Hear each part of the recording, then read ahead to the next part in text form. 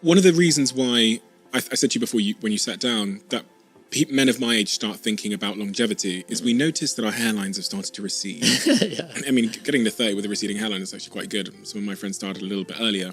And then we start noticing these grey hairs in our heads. You have fantastic hair. And in fact, a lot of the comments I saw were, what's he doing with his hair? There was one particular comment. It was like, someone asked him, this was online, someone asked him how he's got that hair. What advice would you give to me? Listen, I'm at that age now where I've got to make a decision. Do I let this thing go back? Yeah. Or do I fight it? Don't do it. Yeah. Fight. Fight with everything you've got in you. Really? Yeah. Trust me on this. I will, trust me. You don't want to clean up you don't want to clean up aging damage that you can prevent right now. And I can prevent my hairline receding? Yes. How? I started losing my hair in my early 30s. Yeah. And it's been a grind to try to keep it. And so my hair protocol, here's what I do. I have a custom formulation that we've built. It basically has minoxidil and a few other things, so people can get that easily. I have a red light therapy cap I wear every morning for 6 minutes in my morning routine. I do PRF, so I get blood drawn, spun up, and then re-injected into my scalp once every maybe month or 3. And then I take a few supplements that are listed online for the Blueprint website. So basically like 4 things.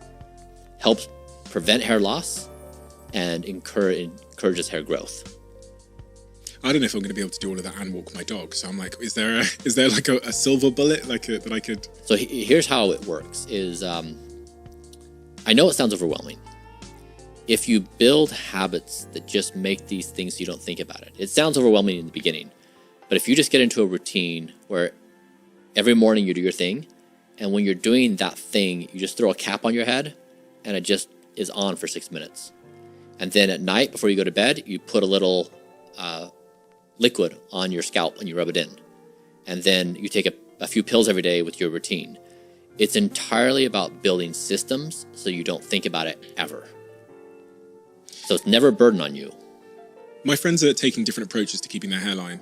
And the side effects are the proposed side effects are the reasons why I've always been scared to do it.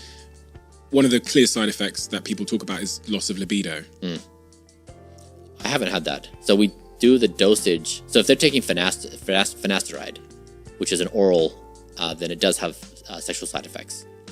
But I have not yet encountered any intervention that has compromised my libido anywhere in anything we're doing. How do you measure your libido, or is that just kind of anecdotal? Yeah, I mean, so this historically became known about measuring nighttime erections. Yeah. So I didn't know. I was talking to a reporter about this, and he had just done an article on Blueprint. And he read it, and he came back and he's like, hey, my editors are asking about penis health. And I was like, funny you ask. I got to tell you something. And so I just bought this high-frequency electromagnetic stimulation device working on... Basically, I sit on this little thing. It stimulates my pelvic floor, and I was trying to strengthen my bladder so I wouldn't get up to go to bed at night. It had this side effect of every time I woke up, I was erect. And I was like, this is like what happened to me when I was 10. You know, like when you're 10 years old, you're always erect. And I was like, I haven't experienced that for quite some time. I'm always erect. And so I was telling him about this thing, and then I didn't realize it was going into the article. And so, so then it came out, I was like, oh no. So it's like this guy, then it's like, this dude is so weird. He measures his nighttime erections, and he drinks his son's blood, and it just started stacking, and people are like, this guy's nuts. Yeah. And so it just creates this pattern where people are like, yeah, he's just out there.